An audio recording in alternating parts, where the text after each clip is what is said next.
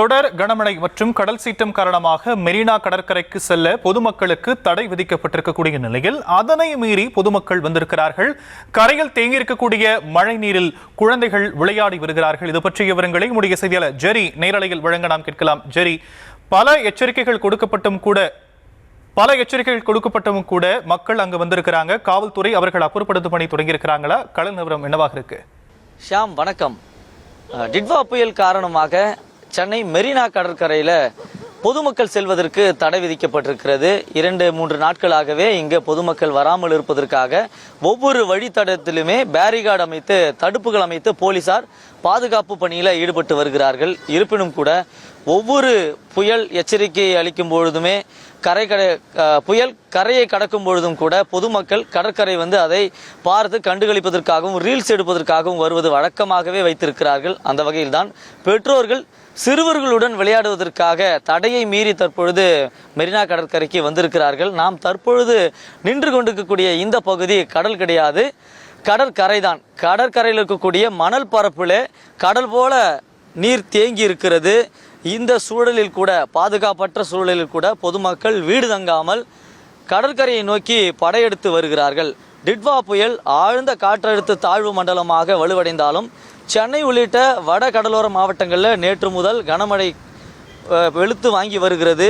இது காற்றழுத்த தாழ்வு மண்டலமாக சென்னை மாமல்லபுரம் இடையே கரையை கடக்கும் என்றும் இதனால் வட மாவட்டங்கள் இன்னும் கனமழை தொடரும் என்றும் எச்சரிக்கை விடப்பட்டிருக்கிறது.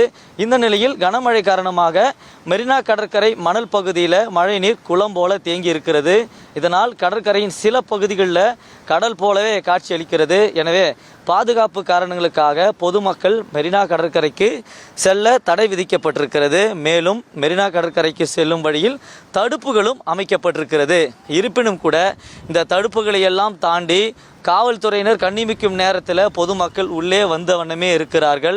போலீசார் அறிவுறுத்தியும் கூட இவர்கள் எதனையும் கேட்காமல் பொருட்படுத்தாமல் கடற்கரைக்கு உள்ளே, அதாவது அலை அடிக்கக்கூடிய அந்த பகுதிக்கு பொதுமக்கள் சென்று இருக்கிறார்கள். தற்பொழுது இந்த நீலக்கடலுக்காக, இந்த நீலக்கொடி சான்றிதழ் வாங்குவதற்காக சில இருக்கைகள் அமைத்து ஏற்பாடுகள்லாம் செய்யப்படப்பட்டிருந்தது. இந்த இருக்கைகள் எல்லாம் முழுகும் அளவிற்கு இங்கே தண்ணீர் நிரம்பி கிடக்கிறது. அதாவது ஒரு சிறிய கடல் போலவே இந்த பகுதிகள் காட்சியளிக்கிறது. இந்த பிரத்யேக காட்சிகளை நம்மளுடைய ஒளிப்பதிவாளர் சசிகுமார் நமக்கு காண்பித்து கொண்டிருக்கிறார். இந்த பகுதிகளெல்லாம் சிறுவர்களுடைய இடுப்பு அளவிற்கு ஏறத்தாழ தண்ணீர் இருக்கிறது. பெரியவர்கள் நின்றால் முட்டி அளவிற்கு இந்த தண்ணீர்கள் நிற்கிறது. இதையெல்லாம் பொருட்படுத்தாமல் 4-5 சிறுவர்களை அழைத்து கொண்டு பெற்றோர்கள் கடற்கரைக்கு செல்கிறார்கள். ஒவ்வொரு புயல் வேளையிலுமே அரசும் சரி, மாவட்ட நிர்வாகமும் மாநகராட்சி நிர்வாகமும் பொதுமக்களுக்கு அறிவுறுத்தல்களை வழங்கி வருகிறார்கள். இருப்பினும் கூட இவற்றையெல்லாம் பொருட்படுத்தாமல், ஆபத்தை உணராமல் கடற்கரைக்கு வந்த வண்ணமே இருக்கிறார்கள். இந்த காட்சிகளை பார்க்கும் பொழுதெல்லாம் அச்சுறுத்தலாகவே இருக்கிறது. எங்கு மேடு இருக்கிறது, எங்கு பள்ளம் இருக்கிறது என்றே பார்க்க முடியாத ஒரு சூழல் தான் நிலவுகிறது. காரணம், டிட்வா புயலினுடைய தாக்கத்தின் காரணமாக சென்னையில் பல்வேறு பகுதிகளில் மழைநீர் தேங்கி இருக்கிறது. அதனுடைய பகுதியாகத்தான் கடற்கரைக்கும் சாலைக்கும் நடுவே இருக்கக்கூடிய மணல் பரப்பிலே குளம் போல தண்ணீர் தேங்கி இருக்கிறது. அங்குதான் நான் நின்று பேசி கொண்டிருக்கிறேன். இந்த இடங்களில் கூட பொதுமக்கள் செல்ஃபி எடுப்பதற்காகவும் ரீல்ஸ் எடுப்பதற்காகவும் வந்த வண்ணமே இருக்கிறார்கள். ஷியாம், கனமழை எச்சரிக்கை கொடுக்கப்பட்டிருக்கக்கூடிய நிலையில் மெரினா பகுதிக்கு செல்ல பொதுமக்களுக்கு தடை விதிக்கப்பட்டிருக்கிறது. எச்சரிக்கையை மீறி அங்கு மக்கள் வரக்கூடிய நிலையில் விவரங்களை செய்தியாளர் ஜெரி களத்திலிருந்து வழங்க நாம் கேட்டும். விவரங்களுக்கு நன்றி ஜெரி.